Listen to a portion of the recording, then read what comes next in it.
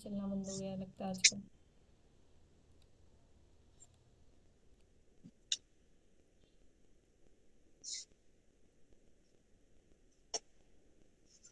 पूछते हैं, बताते हैं आपको। हाँ मैम। तो प्रूफ का तरीका देखना है। ऑब्जर्वेशन तो हाँ समझ में आ रही है। देखते हैं इसका प्रूफ। और मैम दो आपको थ्योरम भेज दूंगा, एक बार देख लेना आपने। हम्म। अगर टाइम मिले तो थोड़ा उसको समझा देना। मतलब अभी मैं भेज दूंगा आपको। भेज देना, कल समझा दूंगी हाँ मैम। देख के। हाँ मैम। ये सब क्वेश्चंस आपके हो गए हैं सबके? हाँ मैम। तो फाइनाइट इनफाइनाइट मतलब जिसमें कुछ भी थोड़ा बहुत कंफ्यूजन हो वो आप पूछ लो, बाकी आप आपस में डिस्कस कर सकते हो। ज्यादातर क्वेश्चन तो हो गया है, पर एक ही क्वेश्चन में डाउट था, आपको पहले दिन ही बता दिया था। इसमें हाँ उस पे आएंगे अभी हम। ये वाला सिक्स्थ वाला बताओ। Non commutative ring that has 16 elements.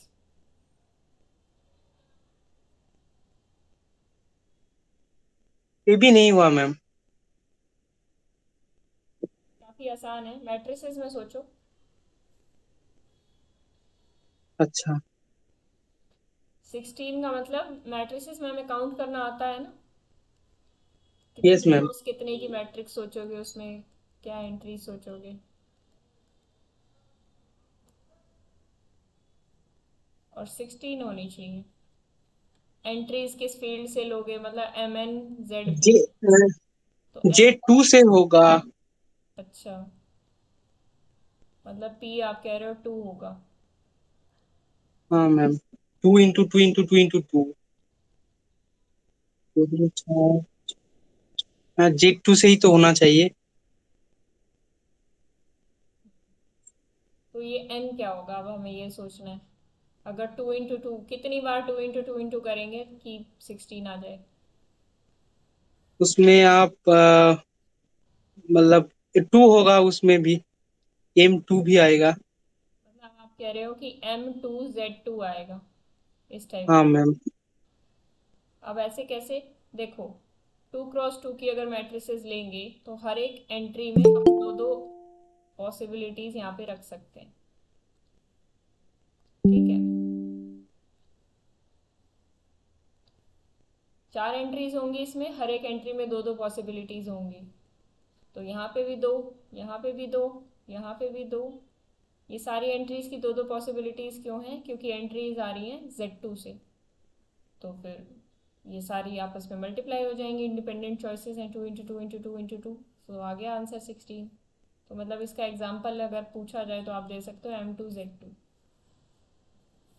ठीक है, आगे आप पढ़ोगे कि आप पूछ, आपका अगला सवाल हो सकता है कि क्या और कोई नहीं मिलेगा, क्या यही मिलेगा। तो आगे आप पढ़ोगे आइसोमॉर्फिज्म में। जब आप आइसोमॉर्फिज्म कर लोगे रिंग का, मतलब समझ लोगे, अभी मैं कराऊंगी बस आने वाले लेक्चर्स में। जैसे ग्रुप में हम होमोमॉर्फ आइसोमॉर्फिज्म करते थे तो आइसोमॉर्फिक ग्रुप्स को एक तरीके से देखते थे, तो रिंग मिल तो जाएंगी और, लेकिन आइसोमॉर्फिक कितनी मिलेंगी मैटर वो करता है। मिलने को तो इनफाइनाइट मिल जाएंगी, बट आइसोमॉर्फिक कितनी होंगी। क्योंकि आप Z2 के आइसोमॉर्फिक कोई भी फील्ड ले लो, दो ऑर्डर की फील्ड, तो आपको ये चेंज होता हुआ दिखेगा। यहाँ पे M2 ही रखना है, इस Z2 को कुछ भी ले लो, कोई भी दो ऑर्डर की डिफरेंट फील्ड। लेकिन हमें पता है कि दो ऑर्डर की एक ही फील्ड होती है जो नॉन आइसोमॉर्फिक है अप टू आइसोमॉर्फिज्म। खैर उसकी बातें हम आगे करेंगे। तो मतलब आइसोमॉर्फिज्म इंपॉर्टेंट रोल प्ले करेगा। तो अंडरस्टैंडिंग के लिए हमें एक ही समझना है अभी के लिए, यही मोस्ट इंपॉर्टेंट है। जब आइसोमॉर्फिज्म समझेंगे तो उसमें सारी क्लैरिटी आपको मिल जाएगी। नेक्स्ट है शो दैट अ रिंग हाँ मैम, 7 को एक बार एक हिंट दे दो। Cyclic under addition. ऐसी रिंग जो साइक्लिक अंडर एडिशन है वो कम्यूटेटिव होगी। किसके ये मतलब मल्टीप्लिकेशन के अंडर कम्यूटेटिव होना चाहिए, रिंग क्योंकि कम्यूटेटिव तभी होती है ना। हाँ, अब क्योंकि साइक्लिक एडिशन अंडर के एडिशन, वजह से। साइक्लिक अंडर एडिशन से क्या फ़ायदा मिलेगा सोचो। साइक्लिक अंडर एडिशन है, तो इससे क्या फ़ायदा मिला हमें इसके तो रिगार्डिंग? कोई भी एलिमेंट को ना के इंटू ए इस आकार से लिख सकते हैं। मान लो इसका जनरेटर मैं एक्स मान लूँ, इस रिंग का जनरेटर, रिंग इज जनरेटेड, या आर ही मान लूँ, किसी आर से जनरेट हो रही है, क्योंकि तो रिंग आर इंटू के इसका एलिमेंट्स होगा। रिंग एक ग्रुप है और ग्रुप दे रखा है साइक्लिक अंडर एडिशन।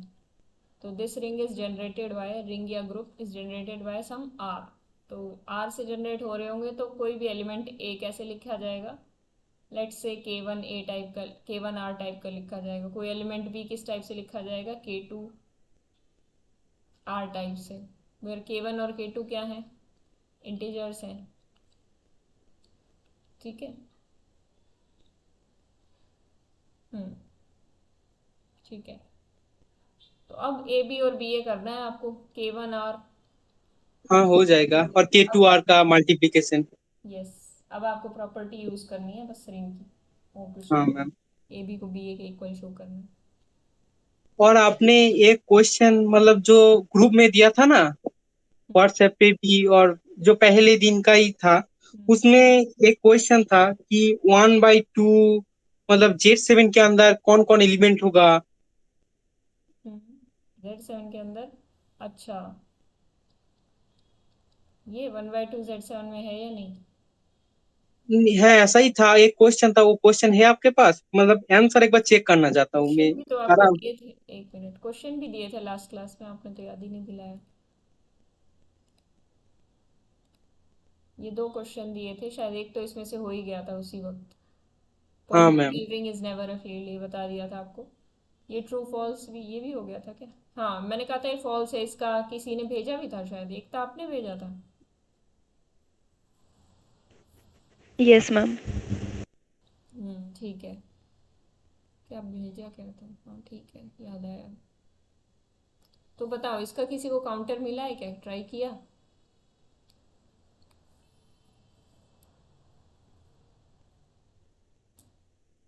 अच्छा, एक और चीज़ है छोटी सी, मैं बताना चाहूँगी आपको। मैंने कहा हो, मैम, अगर प्राइम होगा तो इंटीग्रल डोमेन यस तो मैम। होगा ही। प्राइम होगा तो इंटीग्रल डोमेन तो होगा ही। और मनदीप, आप, आपने कुछ ढूंढा? नो मैम, मैंने नहीं ढूंढा आज। अच्छा, आज 2 दिन पहले का काम है। हाँ, एकता बताओ, चलो, आपने तो बता ही दिया था। Z2 iota. Z2 इसकी कैरेक्टरिस्टिक क्या है, टू है क्लियरली। ठीक है, क्या ये इंटीग्रल डोमेन है? This is the question. क्या ये फील्ड है, no, integral domain? No ma'am, integral domain नहीं है।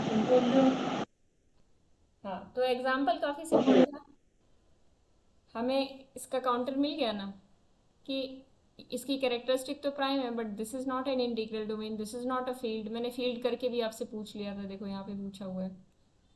तो ठीक है, कैरेक्टरिस्टिक प्राइम होने का मतलब ये नहीं है कि वो फील्ड होगी या इंटीग्रल डोमेन होगी। ठीक है, ये मान लिया। Yes ma'am. ओके, तो ये तो हमने देख ही लिया था, पॉलिनॉमियल रिंग फील्ड क्यों नहीं होती, क्योंकि उसकी इन्वर्स जो होता है वो पॉलिनॉमियल नहीं बनता कभी। हाँ, मैं ये कह रही थी कि एम टेक का दिमाग में चल रहा है आप लोगों के बहुत ज़्यादा। पहले तो थोड़ा सा एक्सप्लोर करो चीज़ों को, और दूसरी मैम, बात, मैम, हाँ।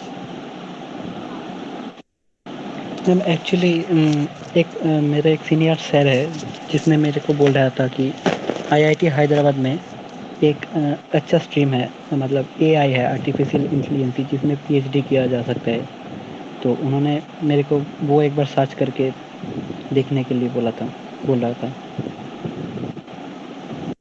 मैं बस ये कहना चाहती हूँ कि आप एम टेक के पीछे ना भागो, क्योंकि आपको अपॉर्चुनिटी अभी एमएससी की मिल रही है, तो एमएससी में आप मैथ्स विद कंप्यूटिंग करो।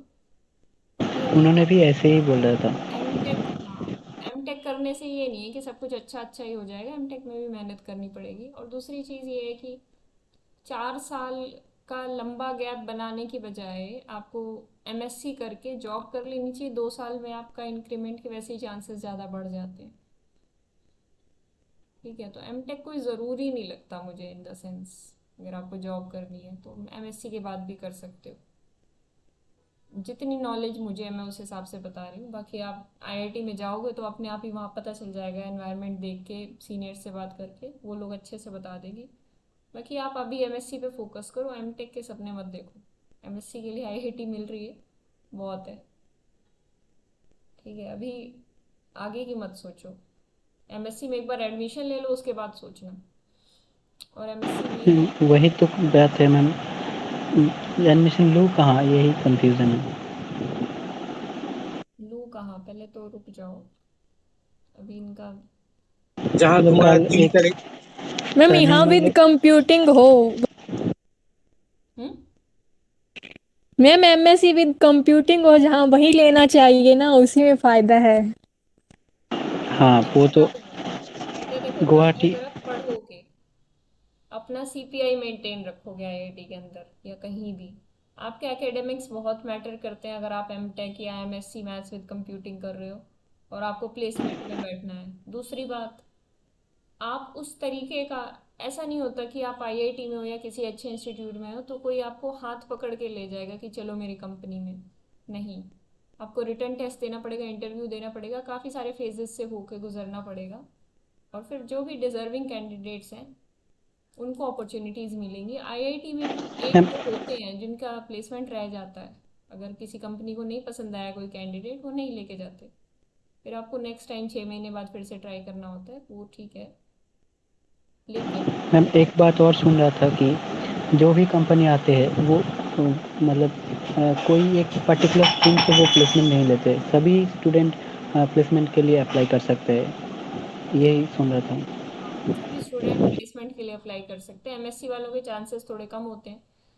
एमएससी वाले भी अपने प्रोग्रामिंग लैंग्वेज सीख के ना, सिंपल एमएससी की बात कर रहे हैं, कोई अच्छी सी प्रोग्रामिंग लैंग्वेज सीख के प्लेसमेंट में बैठ सकते हैं, उनके भी चांसेस हैं कहीं ना कहीं लगने के। और कोई बैंक वगैरह आ जाते हैं तो वो एमएससी वालों को भी ले लेते हैं।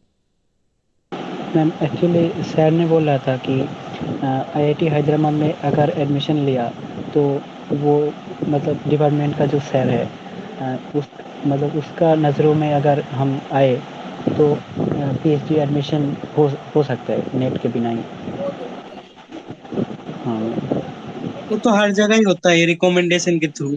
हाँ, और मैम वो हैदराबाद में एआई है, तो एआई में पीएचडी करने का मौका मिल सकता है, इसलिए बोल रहा था। एआई में पीएचडी करने के बाद क्या स्कोप है? वो बहुत सारे स्कोप है, सर ने बोल रहा था कि बहुत सारे कंपनी आते हैं प्लेसमेंट के लिए, ऐसे स्टूडेंट को ले जाते हैं जिसको मैथ और कंप्यूटिंग दोनों ही अच्छे से आता है, हम्म। जैसे मैथ लैब।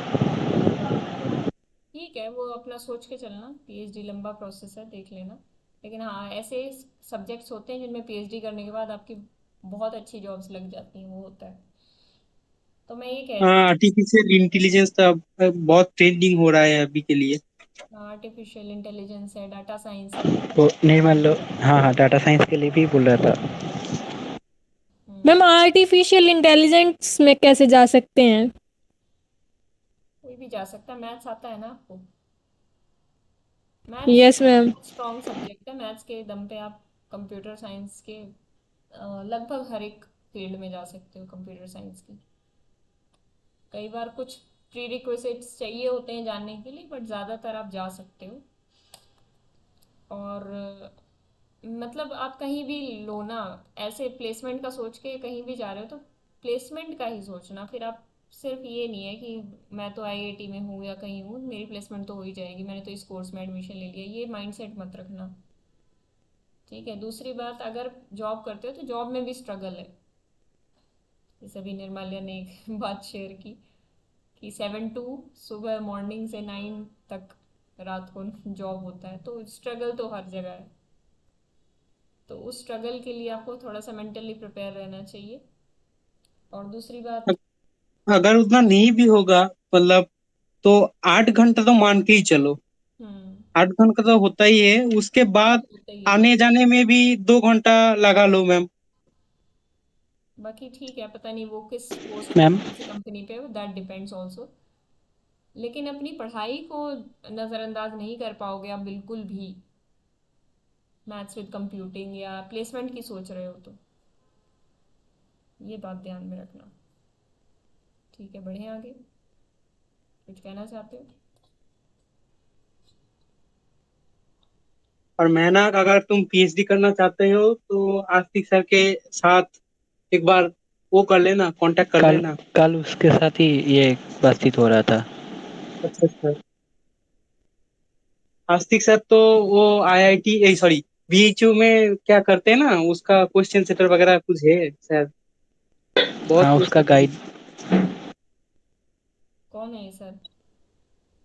हम जिसके मतलब हाँ। टीचिंग पर थे, जिसके अंडर में। ठीक है, तो अभी आपके पास टाइम है, नॉलेज गेन करते रहो। ना मुझे पूरी नॉलेज है ना आपको पूरी नॉलेज है, सबसे जिससे जितनी इन्फॉर्मेशन मिले लेते रहो और फिर अपना डिसीजन बनाओ, एक डिसीजन बनाओ। No need to get confuse. और अगर गलत डिसीजन कभी लाइफ में ले भी लिया तो कोई बात नहीं, मैम उस डिसीजन को सही प्रूव करने की हिम्मत होनी चाहिए। हम्म। मैम एमडीयू का फुल नेम क्या है? Full form? Yes ma'am. Master of technology. Ma'am MDU. MDU? Yes ma'am. वो तो एकता बताएगी। Ma'am Maharshi Dayanand university. Very good. अच्छा, एक्चुअली वो सर कल मेरे को पूछ रहा था, मतलब क्या पूछ रहा था? वो सर आपके लिए बोल रहा था, मतलब वो वीडियो देखा सर अच्छा। ने आपके लिए बोल रहा था कि कहाँ से एमएससी किया, गेट में अच्छा रैंक आया, इसलिए ऐसे बोल रहा था। चलो। मतलब ये बोल रहा था कि पूछ रहा था कि इसके बाद क्या करेगा। मैंने बोला कि आईआईटी मद्रास में एमटेक करेगा। फिर वो बोल रहा था कि किसके ऊपर, मतलब टॉपिक, तो मैंने और कुछ नहीं बोल पाया। मैम किसके ऊपर करोगे? Industrial mathematics and scientific computing. हाँ, वो यही शायद बोल रहा था सर ने। हमारा यही है टॉपिक, इसी में कर सकती हूँ मैं, और तो कोई है नहीं। तो और भी कुछ बोल रहे थे सर, कुछ ज्ञान की बात जो हमें आप बताना चाहो? नहीं, मैं वैसे ही बोल रहा था। नहीं, कुछ पता चले तो मुझे भी बताना, मैं खुद कंफ्यूज रहती हूँ। आपसे ज़्यादा तो मैं कंफ्यूज रहती हूँ। चलो, जोक का पार्ट भी चलते हैं आगे। मैम सभी कंफ्यूज ही है। हाँ मैम, कंफ्यूजिंग ये कुछ बहुत नहीं है। कंफ्यूजिंग मेरे को तो, मतलब कंफ्यूजिंग थिंग करियर बड़ी अजीब चीज़ है। क्या ही बताएं, मुझे नहीं पता था मैम पिछले में इतना मुश्किल। सर ने एक टिप्स दिया, बोल रहा था कि हर एक आईआईटी का जितने सारे कोर्स ऑफर किया जा सकते हैं, मतलब एमएससी कंप्यूटिंग एमएससी के बाद भी, वो सारे एक नोटबुक पे नोट करो। फिर अ, मतलब फिर डिसीजन लो कि कौन आईआईटी में एडमिशन लेकर क्या किया कर सकते हो। आपके दिमाग में जो जो आईआईटीज हो ना, मुझे एक बार बता देना, मैं उनका वैसे ऑनलाइन उनका पीडीएफ मिल जाता है प्लेसमेंट का, कई कई का नहीं मिलता। बाकी देखो, अपनी मेहनत भी होती है। यस मैम, वो तो है ही। कोई छोटी मोटी आईआईटी में भी अच्छा प्लेसमेंट लिया जा सकता है, बात ये होती है। ठीक है, और एक ना आपके भी कंपनी आएंगी, इन्फोसिस वगैरह, आप हो लाइन पे। ये तो काउंसलिंग सेशन ज़्यादा हो गया क्लास से। मतलब आप भी प्लेसमेंट में ज़रूर बैठना एकदम। आवाज़ नहीं आ रही मैम आपकी, हाँ। मैंने 12th मतलब साइंस। उससे कोई फ़र्क नहीं पड़ता, हमने मैथ्स कर रखा है ना। एमएससी तो मैथ्स की होगी आपकी। बैठ जाना, मैं सिर्फ एक्सपीरियंस लेने की बात कर रही हूँ, कॉन्फिडेंस बढ़ेगा। जॉब करना ना करना वो आपकी मर्जी होती है। ठीक है, एक्सपीरियंस के लिए, कॉन्फिडेंस के लिए, इसलिए मैं बोल रही हूँ। ठीक है, चलते हैं आगे। सेंटर ऑफ रिंग को आपको सब रिंग प्रूव करना था, कर दिया होगा मुझे लगता है। इसकी प्रॉपर्टी यही होती है। ठीक है, दो एलिमेंट्स आपने लिए होंगे और आपने शो किया होगा कि A X Y is equal to X Y A, यही शो करना था आपको। ठीक है, सेंटर सब ग्रुप तो होता ही है, सब ग्रुप वाला तो ऑलरेडी हम प्रूव कर चुके हैं कि x minus y belongs to R. ये तो हम बचपन में करते आए हैं जब हम ग्रुप थ्योरी पढ़ा करते थे, अब हम बड़े हो गए हैं, अब हम ये पढ़ते हैं। ठीक है ना। चंगा सी आगे बढ़े। मेरे को यस मैम। जल्दी जल्दी बताते जाओ। जीरो एक कम्यूटेटिव रिंग विद यूनिटी नहीं है, क्योंकि इसकी डेफिनेशन ही यही है। इसको छोड़ के जो भी रिंग्स होती हैं वो कम्यूटेटिव रिंग विद यूनिटी कहलाती हैं, अगर ऐसा ऐसा हो जाए। क्योंकि जीरो का कोई रोल नहीं होता यूनिटी के उसमें, जीरो को कभी यूनिटी नहीं बनाया जा सकता। ठीक है, जीरो अपनी एडिटिव आइडेंटिटी वो एक अलग चीज़ है, यूनिटी एक अलग चीज़ है। ठीक है, 10th में यही प्रूव करना है आपको 10th में, और यही एकदम सेम सेम सी चीज़ यहाँ पे भी प्रूव करनी थी 7th में। 10th में एकदम डायरेक्ट बोल दिया कि ये प्रूव करो। ठीक है, किसी को यस मैम। समस्या, ट्राई नहीं किया है तो ट्राई करना, और ट्राई किया है समस्या आई हो तो बता देना। ठीक है, आपको कुछ नहीं करना होता ऐसे क्वेश्चंस में। M n times a b है ना, तो ए बी को एम एन टाइम्स ऐड करना होता है, बस यही इसी प्रोसेस को अपनाना होता है आपको। फिर आप उसमें से चाहे ए कॉमन ले लो चाहे बी कॉमन ले लो, बी बी बी बी ऐसे करोगे, ये एम एन टाइम्स हो जाएगा, ए इंटू एम एन बी। तो इस तरीके को अपना के आप कर सकते हो। फिर आप इसको एक अलग तरीके से देख सकते हो, एन बी क्या होता है, ए एम एन ए होता है। तो ये सारी चीज़ें इस्तेमाल कर सकते हो। ये दो चार प्रॉपर्टीज़ लगेंगी यहाँ पे रिंग की और प्रूव हो जाएगा, बहुत सिंपल। अब ये सब रिंग होता है कि नहीं, यस और नो बताओ। ये चेक किया। मुझे लगता है निर्माल्या के अलावा कोई पढ़ाई नहीं कर रहा, और मैं भी नहीं करती हूँ इतनी तो। मैम हाँ, ये तो मतलब 10 से नहीं हो, मतलब मैम करा आज था से करूँगा। आज से करेंगे, ठीक है। और आप और मैम 10 में ना आपने जो बताया वो और एक बार बता दीजिए ना, मतलब मैंने उस तरीके से नहीं किया, मतलब वो आपने समझ में नहीं किस आया। कैसे किया? मैंने मतलब तो मतलब एक किया ही नहीं 10 को, आपको मैंने पूछने वाला था कि हाँ, डायरेक्ट लिख सकते हो क्या। एक मिनट रुको, मैं एक प्रॉपर्टी याद दिलाती हूँ आपको। रिंग की एक खास प्रॉपर्टी हुआ करती थी, मतलब बहुत डीपली नहीं भी देख रहे हो उन क्वेश्चंस को तो फिर भी देख लो, क्योंकि आपके काम आएगा ये प्रैक्टिकल बेसिक सी नॉलेज। हाँ अगर आप मैम, काम तो सुइसाइड सभी की आएगा। तैयारी कर रहे होते तो मैं शायद ना कराती, क्योंकि फिर आप बच्चे को होता है जल्दी जल्दी करो, एग्जाम में तो इतने सिंपल क्वेश्चन आने ही नहीं है, जल्दी जल्दी करो। लेकिन इससे थोड़े बेसिक्स क्लियर हो रहे हैं, तो ये भी ज़रूरी है। हम्म, ठीक है, ट्राई करते हैं। M a n B is equal to m n a B.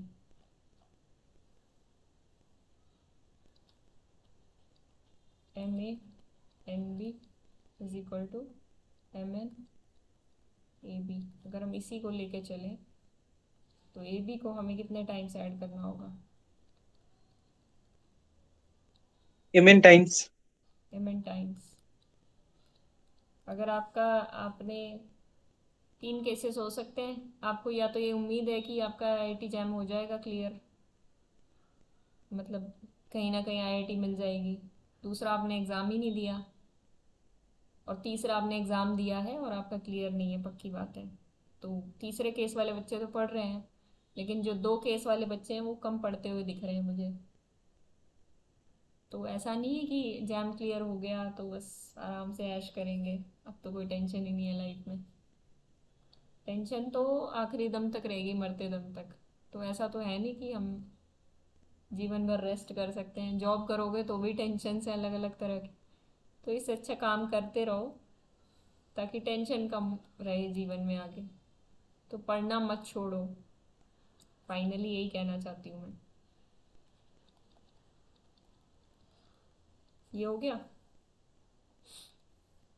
Yes ma'am. तो हम क्या लिख पाएंगे? ये एम एन टाइम्स हो रहा है, ये भी एम एन टाइम्स था, ए एम एन बी। अब ये सोचो कि अब क्या करें। एसोसिएटिव लॉ लगा सकते हैं हम यहाँ पे। माइनस आगे पीछे हो जाता है,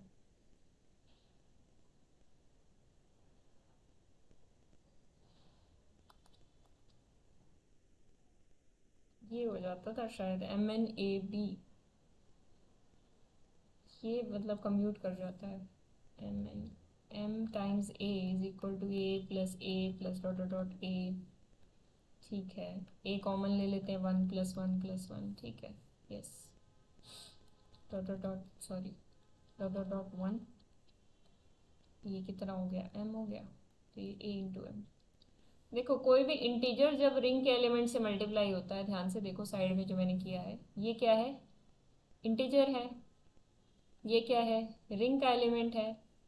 जब इंटीजर रिंग के एलिमेंट से मल्टीप्लाई होता है तो एक्चुअल में क्या होता है, वो इंटीजर उतने ही टाइम्स ऐड करवा देगा उस रिंग के एलिमेंट को, और फिर आप कॉमन ले लोगे इसी तरीके से जैसे मैंने लिया है, फिर अंदर 1 1 1 होगा। ठीक है, आप इसको m बोल दोगे। अब क्या हो गया, ये a तो इस तरफ लिखा गया और ये 1 1 1 ऐड होके m टाइम्स m आ गया। तो आपने स्टार्ट किया था m a से, आप पहुंच गए a m पे। तो आपको समझ में आ रहा है कि कोई भी इंटीजर है, 3a को आप a इंटू 3 लिख सकते हो हाँ किसके मैम। रिंग के अंदर। यस, तो यहाँ पे m और n इंटीजर्स थे, बस इसी प्रोसेस का इस्तेमाल करना है हमें। अब a इंटू एम एन ऐसे भी लिख सकते हो आप, ये एक एलिमेंट है, चलो ठीक है, a into m n into b. तो इसको आप क्या लिख सकते हो, m n into a b. ठीक है, पहले a अलग से मल्टीप्लाई होगा ऐसे लिख सकते हो, फिर इसको फाइनली मतलब एक ही बात है, तो इसको ए बी आप लिख सकते हो। ठीक है, तो ये आपस में कम्यूट कर जाएंगे, तो यही प्रूव करना था हमें। नहीं, ये नहीं प्रूव करना था। हाँ ठीक, अच्छा एक मिनट, ये नहीं प्रूव करना था, ये तो हम उसी पे आ गए जिस पे हमने स्टार्ट किया था। तो मैम एक काम यहाँ से करा जा सकता है, क्योंकि बी को अलग कर दो और ए को अलग कर दो, हम्म। और M into I, N into I, I मतलब यूनिटी, तो उसके डायरेक्ट लिख सकता हूँ कि M into A into N into B. Screen तो दिख रही है ना आपको। हाँ मैम। हाँ, तो ये कर सकते हैं हम। अब इसको क्या लिखा जा सकता है, m n into a b. अब आप क्या कर सकते हो, m इंटू एन बी कर सकते हो, मतलब m को मल्टीप्लाई करो बाहर और b को n टाइम्स ऐड करो, तो बात क्या हो जाएगी, वही बात हो जाएगी। पर यही तो प्रूफ करना था ma'am, M A into N b. हाँ, ये प्रूव करना है, इस पॉइंट तक आना है हमें, इस स्टेप तक, लास्ट स्टेप। अच्छा अच्छा। ठीक है, तो मैंने क्या किया है, m n into a b के साथ क्या किया है, हम्म, हम ये स्टेप लिख सकते हैं। मैम उतना करने का जरूरत ही नहीं है मैम। हम्म। मैम इस साइड को लो मैम, लेफ्ट लेफ्ट साइड को मैम। एम ए मतलब A plus A plus A plus A M times, हम्म। और एन मतलब B plus B plus B plus B N times. N times. तो हाँ, तो जैसे हम मल्टीप्लाई करते हैं तो उस तरह दिखा दो तो उससे हो जाएगा। Distributive law. हाँ मैम। ये एन टाइम्स होगा, ये एम टाइम्स होगा। A into B plus B कर सकते हो। प्लस ए into B plus B plus ए इंटू इतना एन, मतलब अगर एन होगा तो एम टाइम्स आएगा। हाँ, ये A into N B, A into N B, A into N B, ये कितने टाइम्स हो जाएगा, M times. Yes ma'am. M times A into N B. और फिर आप ये भी कर सकते हो, ए एन को एन ए से रिप्लेस कर सकते हो। बस यही फाइनल स्टेप है। ये यहाँ से बी भी कॉमन लिया जा सकता है, A N A N A N.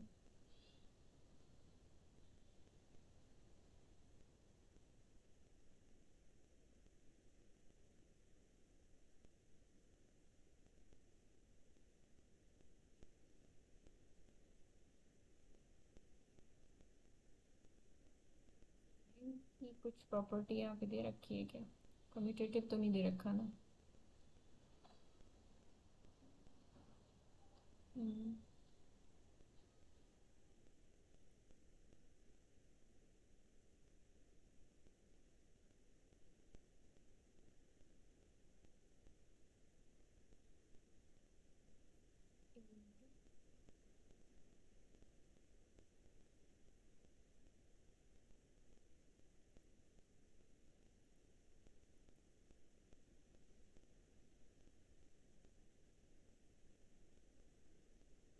है, कर सकते हैं ऐसा। एम ए इंटू एन बी।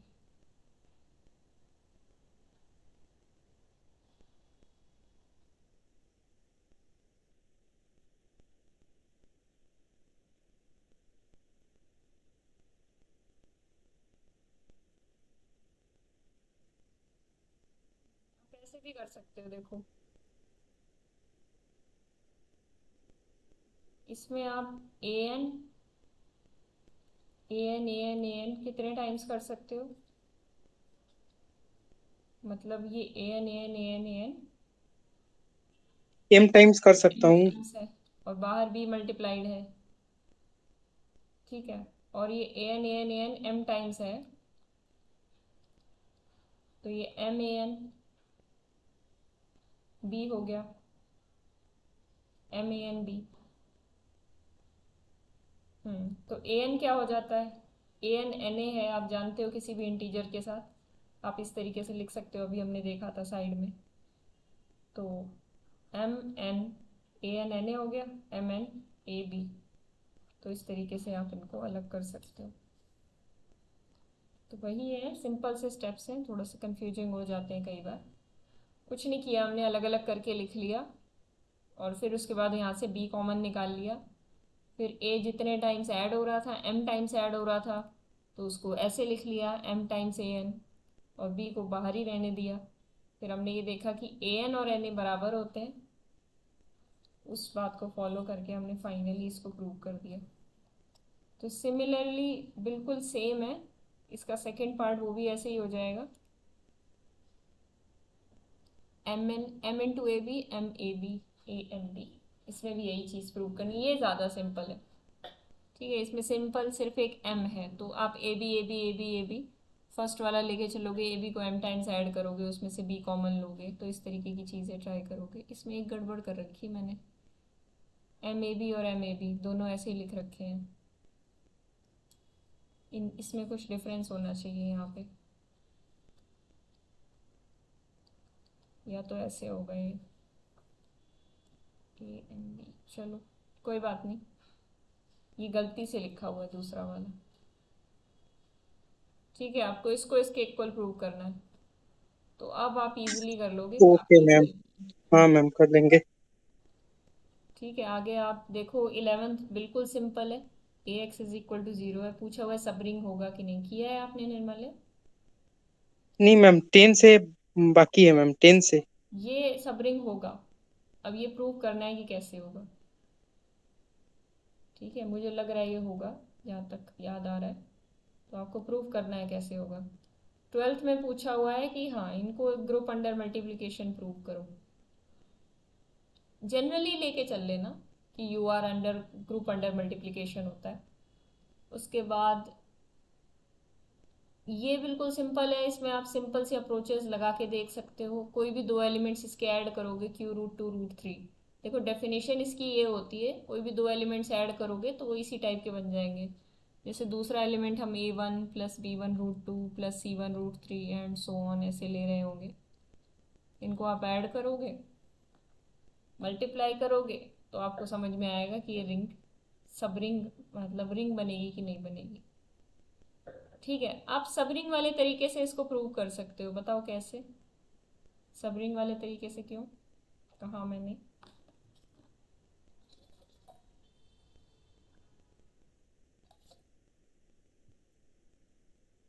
क्योंकि मैम वो एक रिंग होता है मैम। मैम हम्म, क्योंकि ये किसी का सबसेट हो सकता है, आप हम इसको, मैम इसको रियल नंबर्स का मान के चल सकते हैं। हाँ बिल्कुल मान के चल सकते हैं।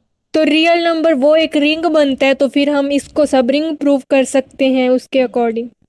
रियल नंबर्स रिंग बनता है और रिंग का सबसेट हम इसको,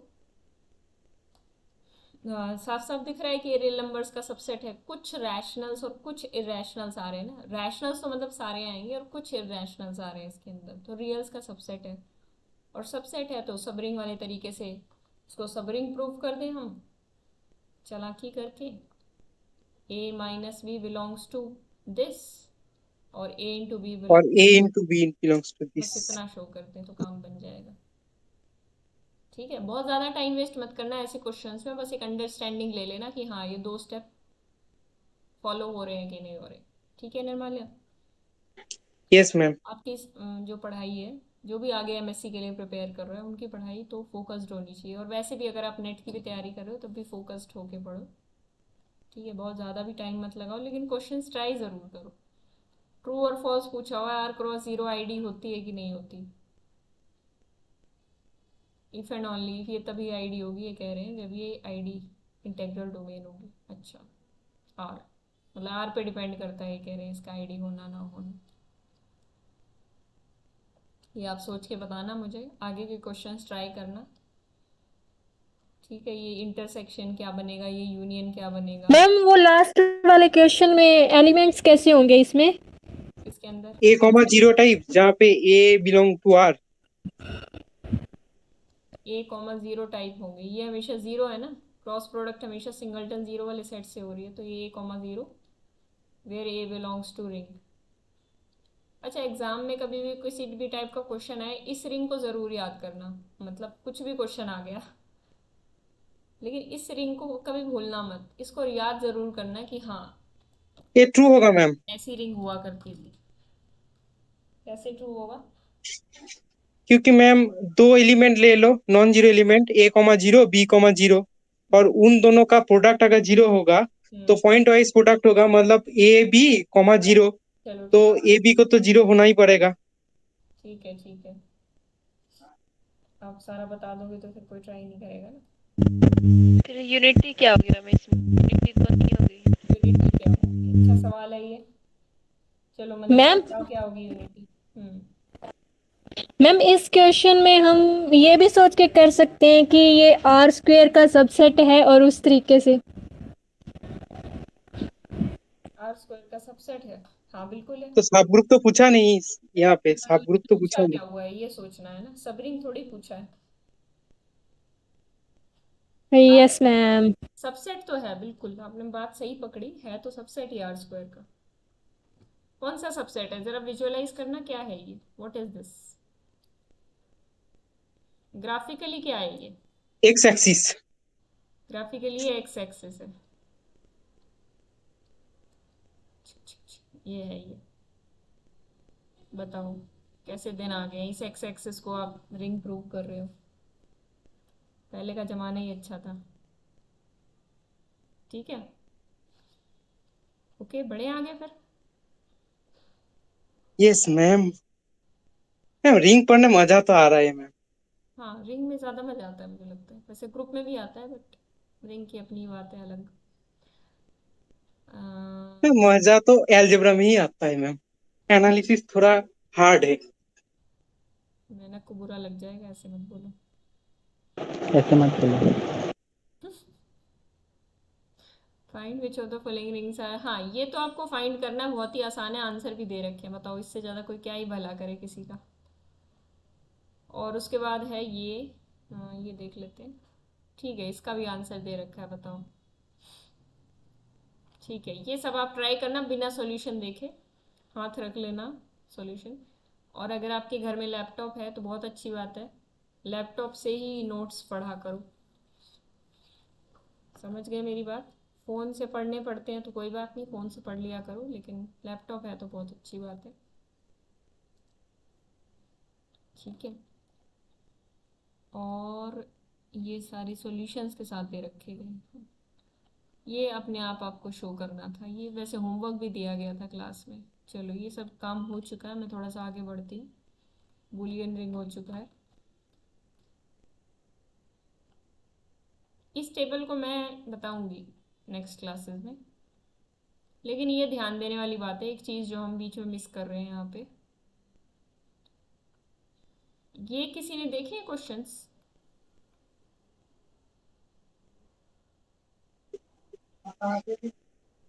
ये तो मैम पहले दिन ही अभी दे दिया था। पहले दिन ही दे दिए थे, ठीक है। देखो अगर ZP एक रिंग बनती है, ZP के बारे में आप जानते हो, ZP plus P dot P, ये आप जानते हो एक रिंग बनती है। हाँ मैम। Yes ma'am. आईडी भी बनती है, अरे ये तो फील्ड भी बनती है, सब कुछ बनती है। तो इससे एक जो नई इसकी सब रिंग्स बनती है ना, या मैं कहूँ इसकी एक सब रिंग जो हम बहुत अच्छे से जानते हैं, वो होती है PZ P²। Under operation same रहता है, एडिशन मॉड्यूलो P और मल्टीप्लिकेशन मॉड्यूलो P। मैं इसका एग्जांपल नीचे दिखाती हूँ आपको, जैसे कि चलो मैं आपको दिखाती हूँ इसका एग्जांपल करके।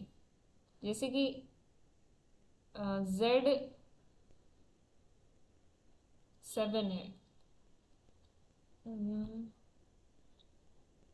वैसे बनती तो है उसके इसमें भी है शायद।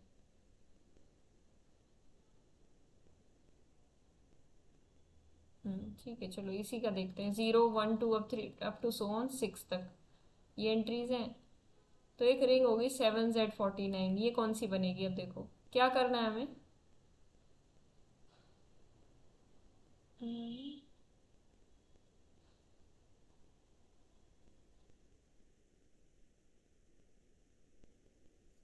कंफ्यूजन हो गया मुझे ये चीज़ में।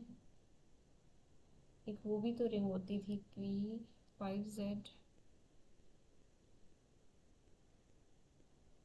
6Z6 2Z6। हाँ ठीक है, ठीक है। देखो एक तो ये चीज़ होती है, दो अलग अलग चीज़ें हैं। जैसे Zn की हम सब रिंग्स बनाते हैं, तो आप कैसे बनाते हो Zn की सब रिंग्स? मान लो Z4 की सब रिंग्स बनानी है, या Z8 ले लेती हूँ। Z8 क्या होता है? 0 1 2 अप टू सो ऑन 7 तक। इसकी सब रिंग्स क्या बनाते हैं हम? 1Z8 2Z8 3Z8 4Z8 5Z8। अच्छा पहली वाली क्या बनेगी? पहली वाली तो Z8 ही बनेगी। सेकंड वाली में क्या होगा? 2 2 2 2 सबसे 2 2 2 2 मल्टीप्लाई हो जाएगा, तो 0 2 4 6, और जो नेक्स्ट 8 आएगा वो तो 0 ही है। इसमें 3 मल्टीप्लाई होगा सबसे। वैसे मैं बता दूं आपको, ये Z8 ही बनने वाली है। 4 वाली आपकी 0,4 ये बनने वाली है, क्योंकि यहाँ 0 आएगा, यहाँ 4 आएगा मल्टीप्लाई होके। हर एक एंट्री से क्या होता है? Z8 की हर एक एंट्री से यहाँ पे 4 मल्टीप्लाई हो रहा है सिंपली, और कुछ नहीं हो रहा है। हर एक एंट्री से ऊपर 2 मल्टीप्लाई हो रहा था। तो इसी तरीके से यहाँ पे 0 4 5Z8 क्या हो जाएगा? 0 5, और इसको सॉल्व करोगे तो आपको ये मिलेगा, क्योंकि 5 और 8 का GCD यहाँ पे 1 है, तो 5Z8 और कुछ नहीं है, Z8 ही बनेगा। 6Z8 आप निकालना चाहोगे, 7Z8 निकालना चाहोगे, 7Z8 Z8 ही बन जाएगा। और 6Z8 कुछ अलग बनेगा, शायद 0 6 और 6 दूनी 12 4 18 2 ये बनेगा। ठीक है, ये तो 2 वाला बन गया। मैम इस रिंग की टोटल सब रिंग कितनी हो सकती हैं? ये सवाल है। मेन सवाल ये है कि कितनी सब रिंग होगी Zn की। तो Zn के जितने सब ग्रुप होते हैं ना, उतनी ही सब रिंग्स होती हैं। अब इसके सब ग्रुप्स कैसे निकलते थे? अगर आपको ग्रुप थ्योरी थोड़ी सी याद है, वो तो इसके सब ग्रुप्स कैसे निकलते थे, किन की help? Ma'am tau ma'am n. ये साइक्लिक ग्रुप है, तो जो भी नंबर उसको डिवाइड करेगा तो उस ऑर्डर का हमें सब ग्रुप तो मिलेगा ही, यूनिक। 1 2 4 8 इसके डिवाइजर्स हैं। Yes ma'am. तो 1 ऑर्डर का, 2 ऑर्डर का, 4 ऑर्डर का, 8 ऑर्डर का, ये सारे सब ग्रुप्स मिलेंगे। यानी नंबर ऑफ सब ग्रुप्स कितने मिलते थे? जितने डिवाइजर होते थे, टाउ n, यानी कि टाउ 8, यानी कि 4 डिवाइजर्स हैं इसके। टाउ 8 होता है 4, तो यहाँ पे 4 सब ग्रुप्स हमें मिलते थे। तो एक सबसे पहले तो ट्रिवियली बात कर लेते हैं, ट्रिवियल सब ग्रुप। प्रॉब्लम आने लगी इसमें। पहला सब ग्रुप S1 की बात करते हैं, ट्रिवियल हो गया। S2 की बात कर लेते हैं, वो खुद। S3 की बात करते हैं। अब जो S3 और S4 मिलेंगे वो इसके प्रॉपर होंगे, प्रॉपर सब ग्रुप होंगे। तो S3 आप ले सकते हो ये वाला, आपको पता है ये सब ग्रुप बन रहा है 0 2 4 6। जस्ट रैंडमली उठा रही हूँ मैं, सारे कवर करने हैं मुझे। और S4 सब ग्रुप कौन सा बनेगा? कौन सा रह गया इसमें से? 0 4 मैम। 0,4। तो ये 4 सब ग्रुप बनेंगे और यही 4 सब रिंग बनेंगी। तो जितनी सब रिंग होती हैं उतने ही सब ग्रुप होते हैं, जितने सब ग्रुप होते हैं उतनी ही सब रिंग होती हैं। तो सब ग्रुप निकालने का तरीका हमें आता ही था, टाउ एन करके। तो नंबर ऑफ सब रिंग्स भी कोई पूछ ले तो कैसे बताओगे? टाउ एन करके। ठीक है, आपको नहीं भी पता तो आप इस पूरे प्रोसेस को लगा के चेक कर सकते हो। अगर कोई फर्स्ट टाइम कर रहा है तो इसको लगा के चेक कर सकता है। अब आप कहोगे कि इसमें ज़ीरो तो कहीं आया ही नहीं, तो जब आप 8 से मल्टीप्लाई करोगे तो वो ज़ीरो ही बनेगा। ठीक है, ज़ीरो सब रिंग ही बनेगी। तो बस यही आपको बताना था। और इसके अलावा जैसे कि इस पे बात कर लेते हैं, पी जेड पी स्क्वायर पे बात कर रही थी ना मैं। जैसे Z5 है, पेन में प्रॉब्लम आने लगी। Z5 क्या होता है? 0 1 2 3 4। तो 5Z25 यहाँ पे क्या बनेगा? अच्छा, अपने यार दोस्तों की वीडियो शेयर करो। आज मैंने ज्ञानेश की वीडियो अपलोड की है तो आप लोग शेयर करो उसको। मैम, जो लास्ट वीडियो आपने 1 आवर पहले अपलोड किया, वो वीडियो में कुछ दिक्कत आ रहा है। मतलब एक बार दिख रहा है आपका वीडियो लिस्ट में, और एक बार को मतलब देखिए नहीं दिख रहे, ऐसे हो रहे। अच्छा, अब मैं यस मैम। देखती हूँ क्लास के बाद। ठीक है, 5Z25 कैसे बनेगा यहाँ पे? ये तो मुझे भी देखना पड़ेगा, चलो देख ही लेते हैं बना के। Z25 में हमें 5 मल्टीप्लाई करना होगा आई थिंक। तो 5 इंटू 0। अरे यार, बड़ी दिक्कत करने लगता है पेन। लगता है ज़्यादा सिस्टम यूज़ हो गया इसलिए। 5 5 2 जा 10। अब 5 2 जा 10 का क्या मतलब है यहाँ पे? 10 का मतलब क्या है इसमें? अरे ये तो ज़ीरो ही बन गया, ऐसे कैसे हो गया? चलो मेरे को देखना पड़ेगा इसकी डेफिनेशन क्या होती है। लिख तो दिया है नोट्स में लेकिन ध्यान नहीं दिया शायद। ठीक है, इसको मैं बताती हूँ, ये 4th पॉइंट। उसके बाद ये टेबल वेबल आपको कल कराई जाएंगी। हाँ, निलपोटेंट में डाउट था ना आपको निर्माल्या?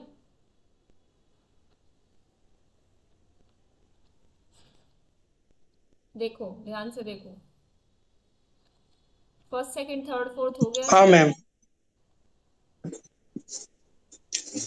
ठीक है, 5th पे आते हैं। Hello ma'am. मेरी आवाज़ नहीं आ रही? हाँ आ मैम, रही अभी है तो मैम। मतलब ठीक है, मैं सुन पा रहा हूँ मैम। सब सुन पा रहे हैं। मैम फोर्थ का आंसर।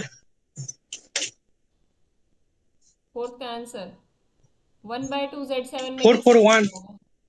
हाँ, 4 होगा शायद। 4। एक बार देख लेता हूँ मैम, मैंने किया है इसमें। हाँ 4 ही होगा शायद। 4 4 1 आया मैम मेरा। 4 4, ये भी 4 है। हाँ मैम। -2/3 का मतलब 3 इनवर्स, ऐसे भी देख सकते हो। -2 का मतलब एडिटिव इनवर्स, 1/3 का मतलब 3 का इनवर्स, मल्टीप्लिकेटिव इनवर्स। तो 2 का एडिटिव इनवर्स एक बार देखते हैं हम, क्या आएगा? 5। ठीक है, 2 का एडिटिव इनवर्स -2 होता है ना, तो -2 कैसा दिखेगा? 2 का जो एडिटिव 5 इनवर्स आएगा। होगा, हाँ हाँ 5। और 3 का मल्टीप्लिकेटिव इनवर्स देखो, 3 1 जा 3, 3 2 जा 6, 3 3 जा 9, 3 4 जा 12, 3 5 जा 15। तो 3 5 जा 15, तो 5 5 जा 25। अब 25 को आपको चेक करना है Z7 के अंदर वो कैसा दिखेगा। हाँ मैम, 4 ही होगा मैम। 4 ही होगा। तो उस तरीके से भी चेक कर सकते हो जो पहले बता रखा है, इक्वल टू एक्स रख के कर लिया, दोनों साइड मल्टीप्लाई कर लिया, और ऐसे भी कर सकते हो। -1/6 इस नए वाले तरीके से करें तो -1, यानी 1 का एडिटिव इनवर्स आप जानते हो 6 होगा, और 1/6 यानी 6 का मल्टीप्लिकेटिव इनवर्स, 6 का मल्टीप्लिकेटिव इनवर्स। 6 3 जा 18, 6 4 जा 24, 6 5 जा 25, 6 4 जा 24, 6 5 जा 30, 6 6 जा 36, 6 7 जा 42, 6 8 जा 48। क्या चेक करोगे? 6 का मल्टीप्लिकेटिव इनवर्स क्या होगा? 6 1 जा 6।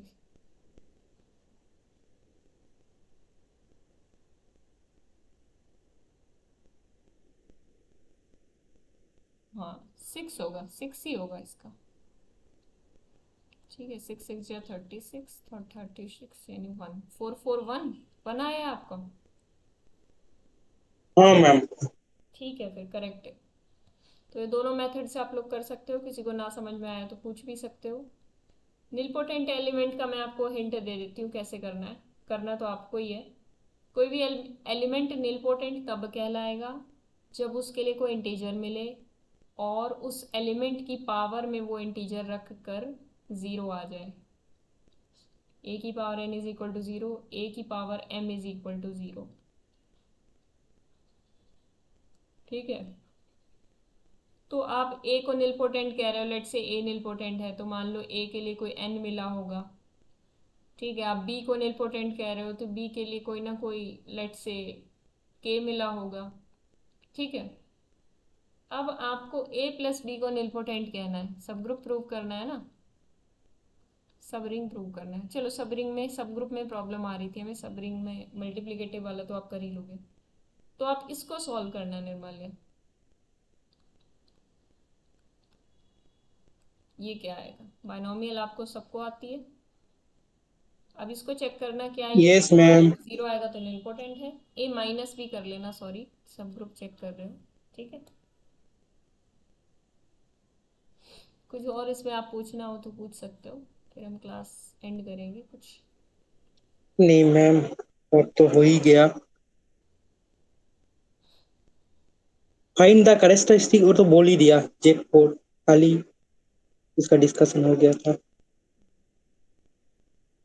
और ये 9A बहुत बढ़िया प्रॉब्लम था मैम। 9A कैसे किया? मैम इसको A A to the power 5 equal to B to the power 5, मतलब ये हो जाएगा आपका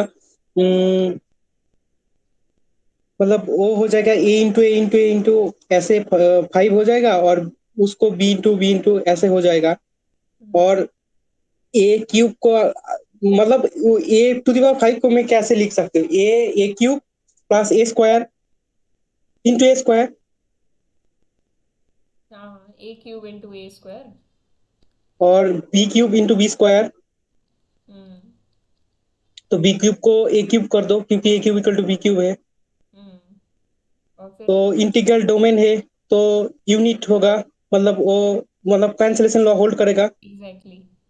तो A square equal to B square आ जाएगा। ठीक है। और A square equal to B square, और हमारे पास है A cube equal to B cube. Same process दोबारा दोहरा दो ए क्यूब और बी क्यूब में, मतलब ए क्यूब बी क्यूब समान ए स्क्वायर इंटू ए और two B square into b कर सकता हूँ। और फिर कैंसिलेशन लॉ लगा दो, ए इक्वल टू बी आ जाएगा। ठीक है। मैम हम्म मैंने एक क्वेश्चन ग्रुप में सेंड किया है, वो देखना रिंग्स का ही है। ये कोई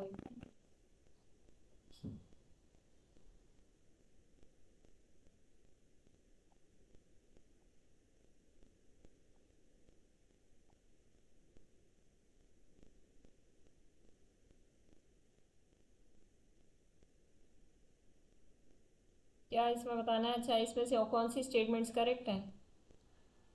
यस मैम। अच्छा, the additive order of all non zero elements in a ring is the same. क्या ये सही है?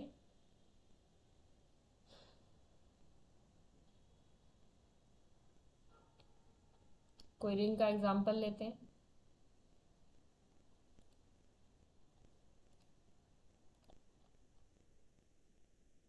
किसी भी रिंग में सभी एलिमेंट्स का एडिटिव ऑर्डर सेम होता है।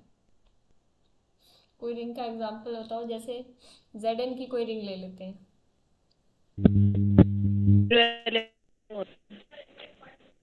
क्या बोल बोल रहे हो एकता? ट्रू है मैम, तो उनका सेम होता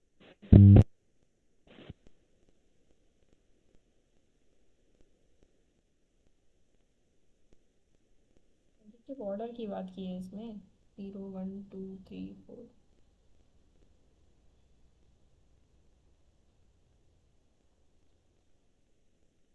Z4 का एग्जांपल लो, जैसे 0 1 2 3, इसका ऑर्डर 4 है, इसका ऑर्डर 2 है।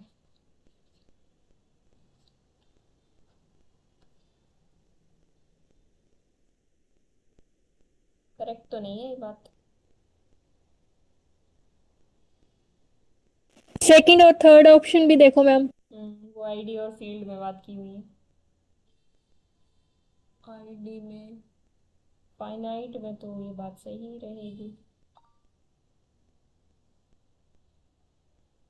फाइनाइट आईडी में व्यक्ति क्या सुना के कहेंगे?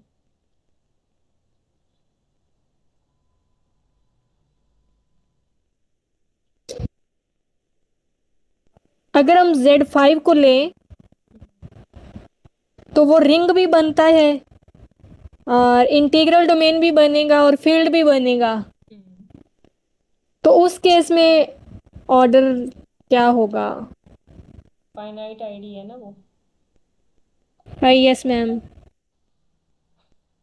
उस केस में ऑर्डर यही होगा, 5 ही हो जाएगा सबका।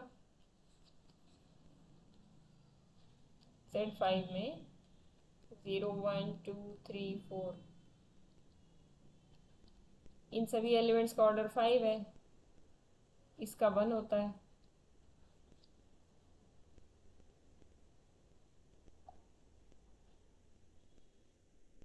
तो हम ये बोल सकते हैं कि इंटीग्रल डोमेन में और फील्ड में सेम होगा। बोल सकते हैं, लेकिन हमें प्रूफ चाहिए। है ये रिजल्ट ट्रू। क्या कह रही हो? आपकी आवाज़ तो आती नहीं है।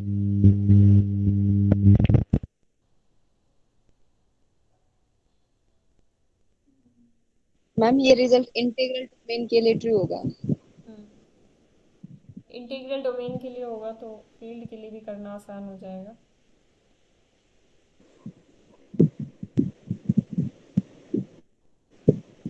कहाँ का क्वेश्चन है ये?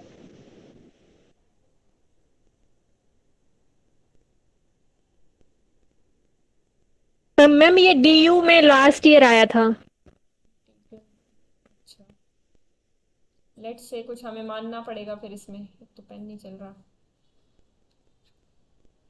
कोई एलिमेंट्स होंगे रिंग में ए, अगर हम डिफरेंट मान के चलें इंटीग्रल डोमेन में, ए का ऑर्डर हम कोई एन लेके चलें और बी का ऑर्डर कुछ एम लेके चलें, तो n a is equal to 0 होगा और ये एन लीस्ट होगा, और इसका मतलब m b is equal to 0 होगा और ये बी लीस्ट होगा। But this is an integral domain और दोनों नॉन ज़ीरो एलिमेंट्स हैं, m a b, n a B.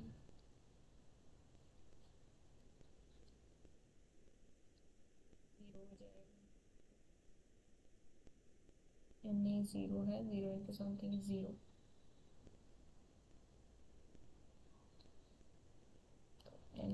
इसका आंसर क्या दे रखा है, बी और सी? बी और सी ही आएगा जहाँ तक मुझे लग रहा है, और तो कुछ आएगा नहीं। हाँ मैम, बी और सी आएगा। इसका प्रूफ कर सकता हूँ मैम। इंटीग्रल डोमेन बोल रखा है मैम इसका प्रूफ तो मैंने सेंड किया है उसमें, ग्रुप में देखना एक बार। बोलते रहो निर्मल्य।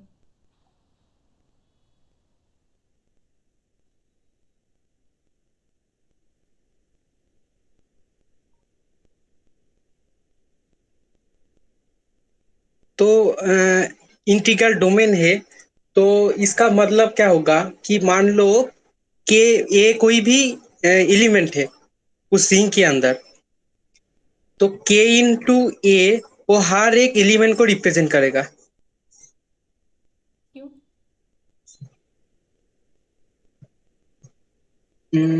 सोचने दो थोड़ी देर। अगर नहीं करेगा तो मान लो कोई भी दो एलिमेंट सेम होगा, तो मान लो k1a is equal to k2a, तो k1a माइनस k2a अगर इस पर आए इक्वल टू 0 होगा तो इंटीग्रल डोमेन है, तो नो नो डिवीजन ऑफ 0, पर ए तो नॉट इक्वल टू 0। इसका मतलब क्या होगा, k1 is equal to k2 हो जाएगा।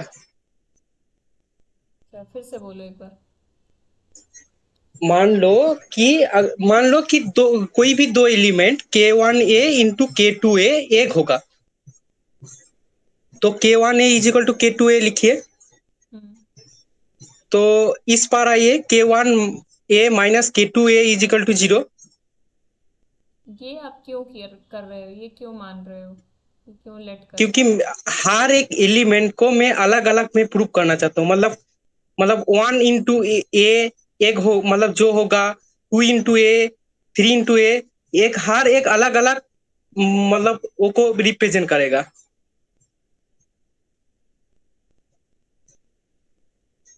मैम लिखिए ना, k1a minus k2a is equal to 0। हो? बात नहीं समझी अभी तक। अलग अलग रिप्रेजेंट बत, करेगा तो उससे क्या होगा? बताता हूँ मैं। तो इससे मैं कह सकता हूँ कि k1 माइनस k2 इंटू ए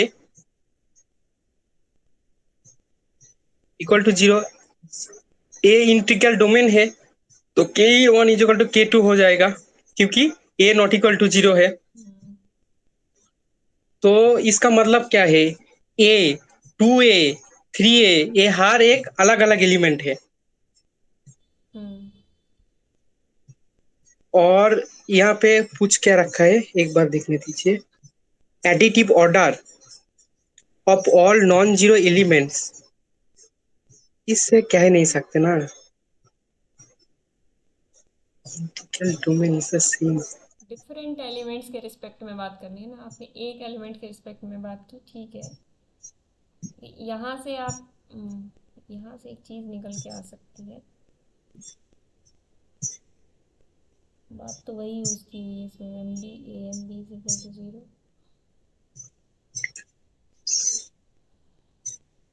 अच्छा, इसको मैं क्या और मॉडिफाई कर सकती हूँ? यहाँ तक तो हम पहुँच गए थे, n a b is equal to 0। इसको मैंने ऐसे लिख लिया, n a b is equal to 0। इसको मैं ऐसे लिख सकती हूँ, हाँ sorry, a n B is equal to 0, है ना। ए एन और एन ए तो बराबर हैं, हम जानते ही हैं। तो यहाँ से हम क्या लिख सकते हैं, A into N B is equal to 0। ठीक है, अब देखो, अब ध्यान से देखो, 4 स्टेप का ही काम है इसमें, पहुंच गए थे हम उस पर। अब या तो ए 0 या एन बी 0। अब बताओ क्या 0 होगा? ए तो नॉन ज़ीरो है, तो आप कह रहे हो एन बी 0, पर m तो लीस्ट था सच दैट एम बी 0 होता, पर आप यहाँ पे कह रहे हो कि N B is equal to 0। तो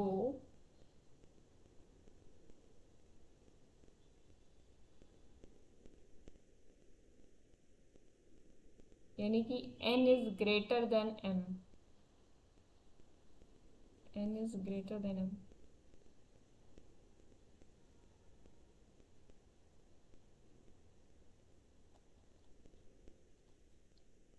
similarly m is greater than n, contradiction आ जाएगी। चलो मैं बताती हूँ मैंने क्या किया। सुनाई दे रही है मेरी आवाज़? Hello hello.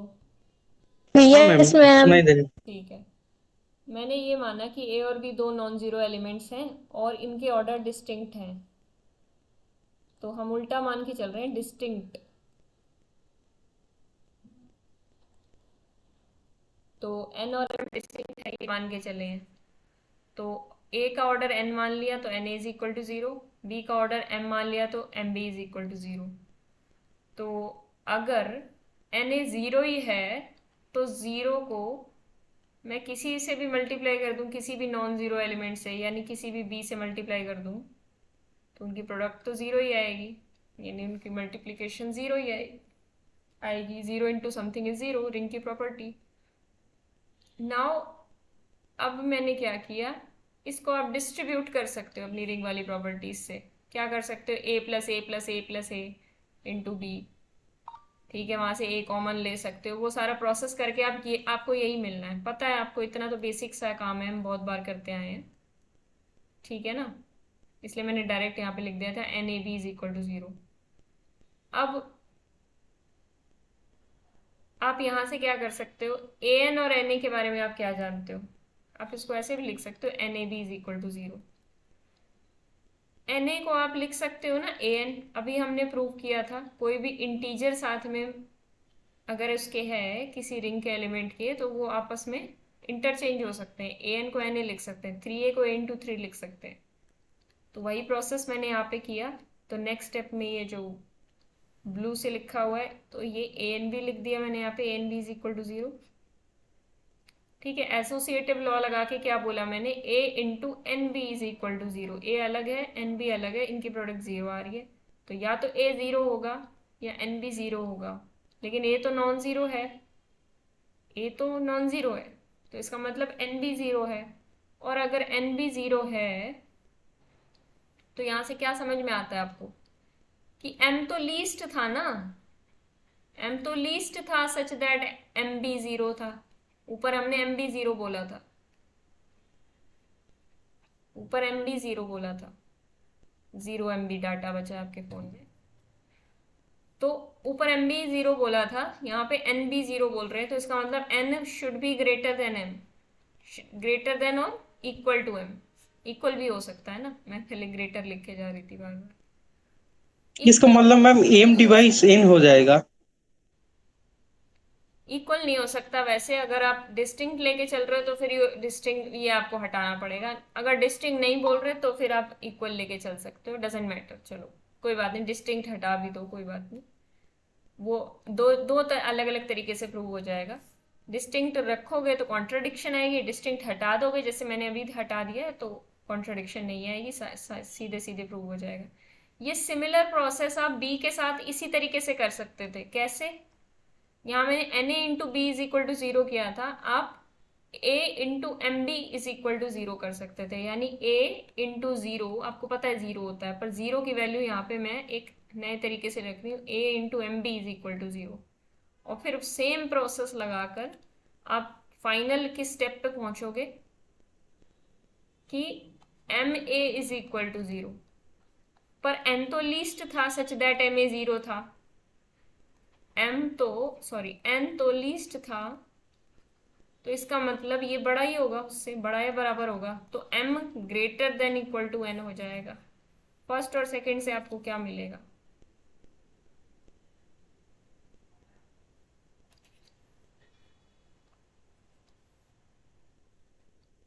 कि M और N बराबर होंगे ना। A और B कोई भी arbitrary element non zero element लिए थे, उनके ऑर्डर N और M माने थे, पता चला लास्ट में जाके कि वो दोनों बराबर ही हैं। समझ रहे हो हमारी बात?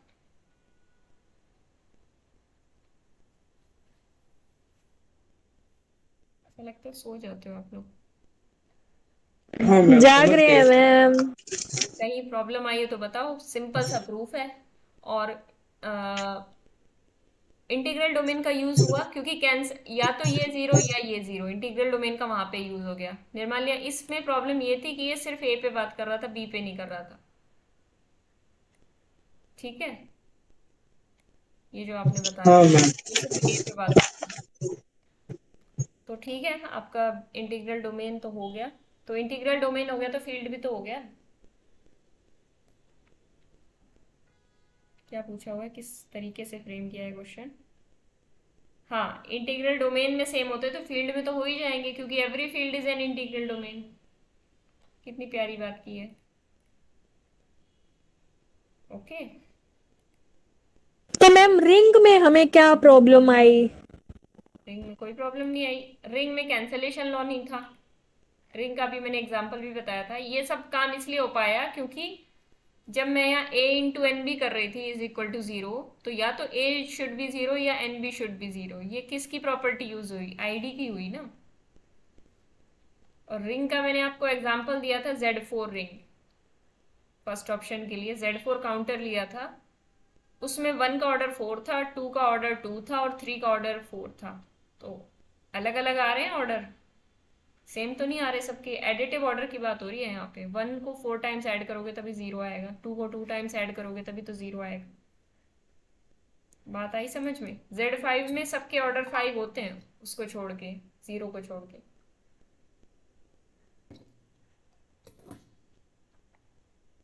आपने वो सवाल पूछा था ना 2 टू द पावर k का, मैं देखती हूँ निर्माल्य। ठीक है, ओके मैम। अभी तो क्लास का टाइम हो चुका है ओवर, तो चलते हैं।